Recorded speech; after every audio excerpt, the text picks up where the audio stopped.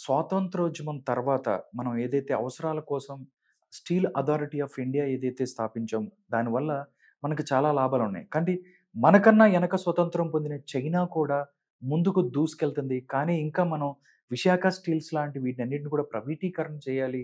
అది ఇది అని మాట్లాడుకుంటున్న పరిస్థితి. ఎలా చూడొచ్చు సార్ ఈ అంశాన్ని? చాలా విషాదకరమైనటువంటి విషయం సార్. రాధాకృష్ణ గారు. సార్. గతంలో మన పాలకులు ఏం చేశారంటే, పబ్లిక్ రంగం, పబ్లిక్ సెక్టార్ హ్మ్. అంటే పబ్లిక్ సెక్టార్‌కు సంబంధించిన కంపెనీలు ఉండాలా, హ్మ్. ప్రైవేటు రంగం కంపెనీలు ఉండాలా. హ్మ్. ఈ 2 ఉండటం వల్ల ఏం చేస్తదంటే, ప్రైసింగ్ పాలసీ అంటే ధర అనేది కంట్రోల్‌లో ఉంటది. ఓకే. అంటే ప్రైవేటోళ్ళు ఒక యూనియన్ కట్టేసి బ్యాన్ చేశారనుకోండి, వస్తువు ఉత్పత్తి చేయలేదనుకో, ప్రజలందరూ ఇబ్బంది పడతారుగా. హ్మ్. అప్పుడు ఆటోమేటిక్‌గా గవర్నమెంట్ మనకుంటుంది. అవునండి. ఇప్పుడు మీకు సింపుల్‌గా చెప్పాలంటే పీడీఎస్ రైస్ ఉన్నాయి చూడు, పబ్లిక్ డిస్ట్రిబ్యూషన్ రైస్. అవునండి. అది ఎందుకు తెచ్చారు వ్యవస్థను తెలుసా మీకు? హ్మ్. ధరలు కంట్రోల్‌లో పెట్టడం కోసము దాన్ని తెచ్చారు. కొంతమంది వ్యాపారస్తులందరూ యునైటెడ్ అయిపోయి, ఓకే. వస్తువులను దాపెట్టేసి, హ్మ్. ధరని అమాంతంగా పెంచుతున్నారు. పెంచేసి, మనకి కోల్డ్ స్టోరేజ్‌లు వచ్చిన తర్వాత ప్రైస్‌లు బాగా పెరుగుతుంటాయి. ఓకే. అందువల్ల ప్రభుత్వం ఏం చేస్తుందంటే సమీకరించి మన పౌర సరఫరాల ద్వారా నిత్యావసరాలు సప్లై చేసిందనుకోండి. పౌర సరఫరాలు ఉన్న శాఖ ఏందంటే ధరలని కంట్రోల్‌లో పెట్టడం కోసం. ఇప్పుడు ఏం జరిగిందంటే, నేనంటుండేందంటే, స్వతంత్రానంతరం మనకి ఒక 5 కంపెనీలు, ఏ దేశాభివృద్ధి అయినా స్టీల్ రంగం అనేది కావాలా.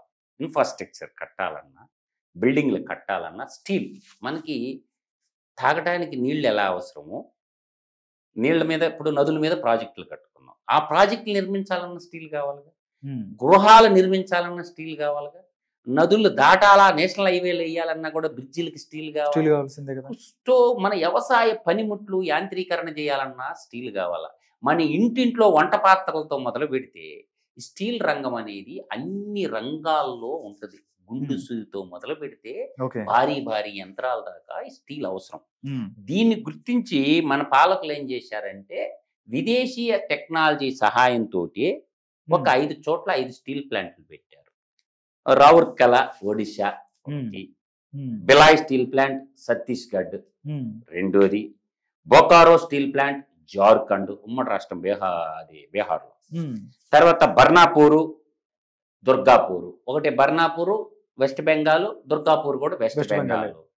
ఇలా ఒక 5 స్టీల్ ప్లాంట్లు ఏర్పాటు చేసిన తర్వాత హ్మ్. ఇయన్నీ కూడా SAIL సైల్ కింద ఉంటాయి. Steel steel authority of authority of India India limited limited. కింద ఉంటాయి. హ్మ్. ఉన్నప్పుడు మళ్ళీ ఏం చేశారంటే, దక్షిణాదిలో కూడా కొన్ని యూనిట్లు పెట్టాలని హ్మ్. ఇందిరాగాంధీ ఒక ఆలోచన చేసి 1970వ దశకంలో హ్మ్.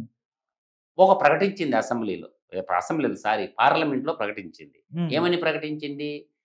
ఆంధ్రప్రదేశ్‌లో విశాఖ ఉక్కు కర్మాగారం నెలకొల్పుతాము అని.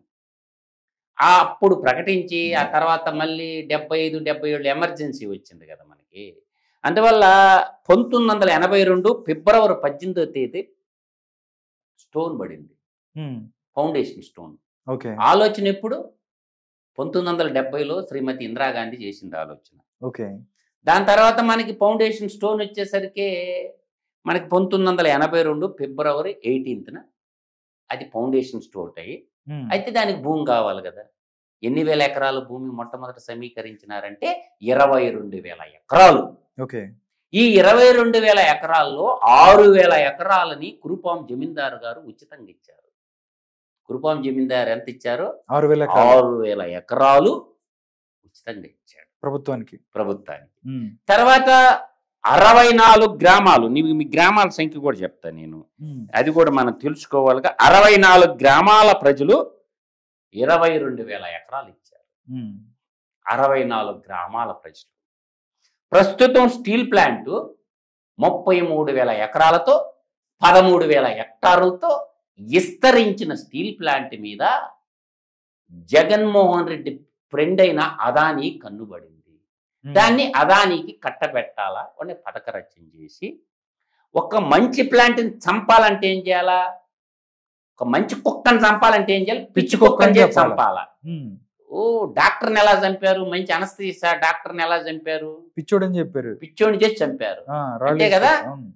అందువల్ల ఏంటంటే స్టీల్ ప్లాంట్ మీద కన్నుబడింది. ఆ స్టీల్ ప్లాంట్ అదాని కట్టబెట్టాలా, తద్వారా 33 లక్షల కోట్ల ఆస్తిని ఒక 5-6 వేల కోట్లు కొట్టేయాలి.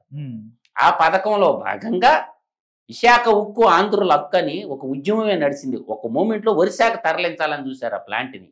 అప్పుడు ఒక ఉద్యమే చేశారు. 32 మంది సమిధులు అయిపోయారు. ఏది ఆ విశాఖ ఉక్కు ఆంధ్రుల హక్కు ఉద్యమంలో 32 మంది సమిధులు అయిపోయారు. అసలు ఆ ప్లాంట్కి వచ్చిన సమస్య ఏంటంటే ఓర్ సమస్య. ఈ రోజు ఐరన్ ఓర్ ఉన్నది. ఎక్కడున్నది? బళ్ళారిలో ఐరన్ ఓర్ ఉన్నిందిగా, అనంతపురం జిల్లాలో. గాలి జనార్దన్ రెడ్డి మనకు మొత్తం అథ్లెటిక్స్ జరుగుతున్నప్పుడు చైనాలో మొత్తం కృష్ణపట్నం పోర్టుకు ట్రావెల్ చేశారుగా. అసలు ఓర్ అమ్మేది ఏంటండి? ఓర్ ఏ దేశానికి ఎక్స్పోర్ట్ చేయకూడదు. ముందు ఇక్కడుండి మనం వస్తువులు తయారు చేసుకుని వస్తువులను ఎక్స్పోర్ట్ చేసుకోవాలి. కానీ మన భూగర్భంలో ఉన్న ఓరును అమ్ముకోండి రైట్ ఎవరికి ఇచ్చారు? ఈ రోజు ఒక టార్గెట్ పెట్టుకుని ఉంది భారత ప్రభుత్వం. ఏం టార్గెట్ పెట్టిందో అది కూడా క్షుణ్ణంగా ప్రజలు తెలుసుకోవాలి కాబట్టి నేను చెప్తా. దీని మీద 2030 నాటికి సంవత్సరానికి 30 కోట్ల టన్నుల ఐరన్ వివిధ వస్తువులు ఉత్పత్తి చేయాలని చూశారు. ఇవాళ మనం ఎంత ఉత్పత్తి చేస్తున్నామో 16 కోట్ల టన్నులు ఉంది. అంటే ఏంది మన పరిస్థితి? మన లక్ష్యం ఏంది? 2030 నాటికి ఏమనుకున్నాం? 30 కోట్ల మెట్రిక్ టన్నుల ఐరన్ ఉత్పత్తి చేయాలనుకున్నాం. కానీ మన పరిస్థితి ఏంది? ఇవాళ 16,000 కోట్లు. అది 30,000 కోట్లు అంటే 16,000 కోట్లు కొన్నాం. ఎప్పుడు రీచ్ అయ్యేవాళ్ళ? 2030కి రీచ్ అవ్వాలా. కానీ మన కంటికి వెనక స్వతంత్రం పొందిన చైనా ఈ రోజు ప్రజెంట్ ఉత్పత్తి సామర్థ్యం ఎంత? ఒక ఏడాదికి చైనా చెప్తాను 115 కోట్ల టన్నులు ఉత్పత్తి చేస్తుంది. అంటే డబల్ డిజిట్ దాటిపోయి ట్రిపుల్ డిజిట్. అంటే చైనా ఆదర్శమని కాదు, వాళ్ళు ఎక్కడెక్కడ ప్రపంచంలో ఓరుంటే అదంతా ఇంపోర్ట్ చేసుకుంటున్నారు. మన భారతదేశంలో గాలి జనార్దన్ రెడ్డి అనేటువంటి గాలిముండా కొడుకులు ఈ దేశ సంపదను లూటీ చేసిన లపుట్టుగాళ్ళు ఎవరి వల్ల పోయింది? అది మహామేత అయిన రాజశేఖర్ రెడ్డి ద్వారా ఎక్స్పోర్ట్ చేసిన కృష్ణపట్నం పోర్టు కింద. బళ్ళారి ఐరన్ ఓర్ తెలుసు కదా, అది ఈడీ సిబిఐ కేసులో ఓబులాపురం మైనింగ్స్ అంటారు. అందువల్ల దేశంలో ఉన్నటువంటి మినరల్ మన దేశ అవసరాలు తీరంగా మినరల్ అయిపోయింది, మళ్ళీ ఇంపోర్ట్ చేసుకోవాలిగా. ఉంచుకుంటే ఏముంటది? ఉండదా? అంటే ఈరోజు ఇంకోటి కూడా వైజాగ్ స్టీల్ ప్లాంట్ ఉంది. ఇలా 78 లక్షల టన్నులు బాగా అర్థం చేసుకోండి ఉత్పత్తి చేసే కెపాసిటీ ఉంది ఆ ప్లాంట్ కి.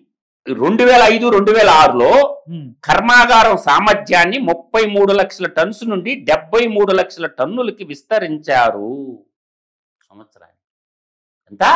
33 లక్షల టన్నుల నుంచి 73 లక్షల టన్నులకి విస్తరించారు. అంటే అటువంటి ప్లాంట్ని మైన్స్ బయలుదేరలా గనులు ఉంటాయి. ఇది మనకి ఛత్తీస్గఢ్ లో లేదు.